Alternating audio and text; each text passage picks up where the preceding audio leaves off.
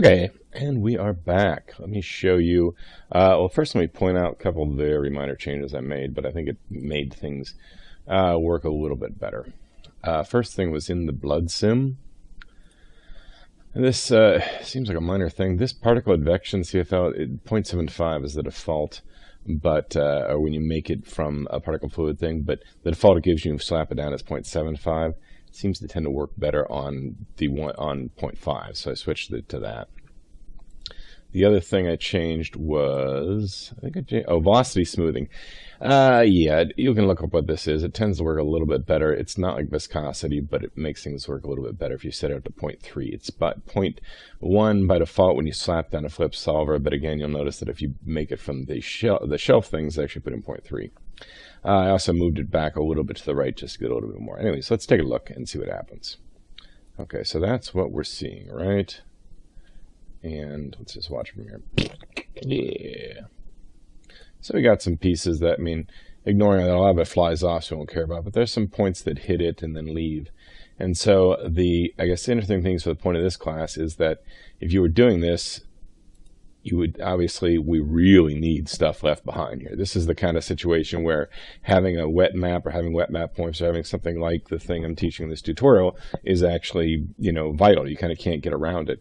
And you could sure increase the density of these things by making the particle separation smaller and smaller and smaller, but it wouldn't necessarily give you, it would also change the movement of these. And if the director already likes the movement of this stuff and everything, then you're kind of in a rock and hard place because you want to increase it, but you don't want to change that and so forth. So this is where this technique really kind of shines, so to speak. So let's, now that we know why we actually need to do this, let's do this. Let's take, and again, I'm kind of doing these things by hand, but let's go ahead and make our bake out blood, and I'm going to call it purple even though it's blood because this is one of the things I'm going to render and I'm OCD that way.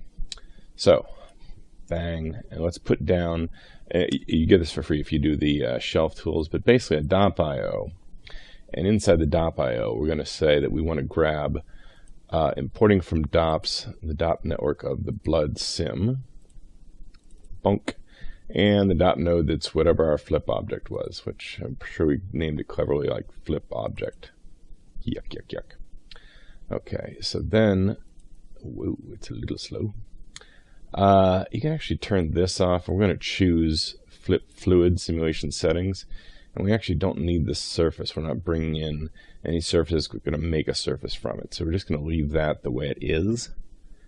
And for the baking out, as you know, I can't stand this because I change my hip names a lot, so I'm going to change to that, so it'll just make it as whatever we call it, and let's call it blood. Okay, is this quick enough? I'm going to do this here? Probably, that's fine. Since I've already run it locally, I'll bet you it'll be really nifty quick. Yes, it is, and on top of that, my drawing's done.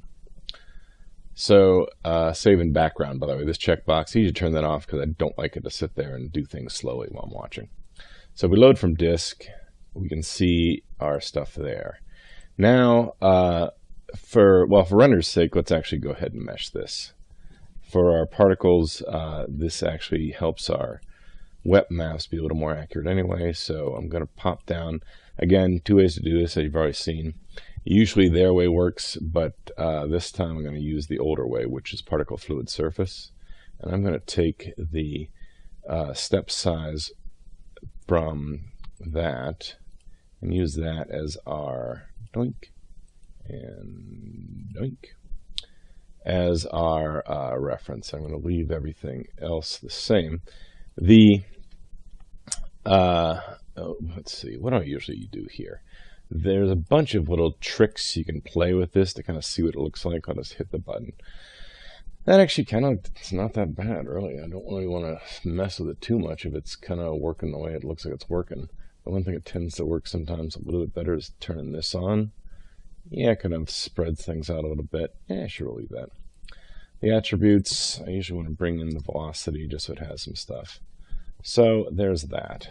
Usually at this point, we're going to file cache it out, which we'll call blood surface. Then, as you recall, we merge them together in an all points. All points bulletin. And there we go. Now, I'm actually going to bake this. I'm going to bake this out, which means we've got to wait. So I'm going to pause for a second while I hit the bake button. I'm going to hit this, and then I'm going to pause. We'll be back in a second.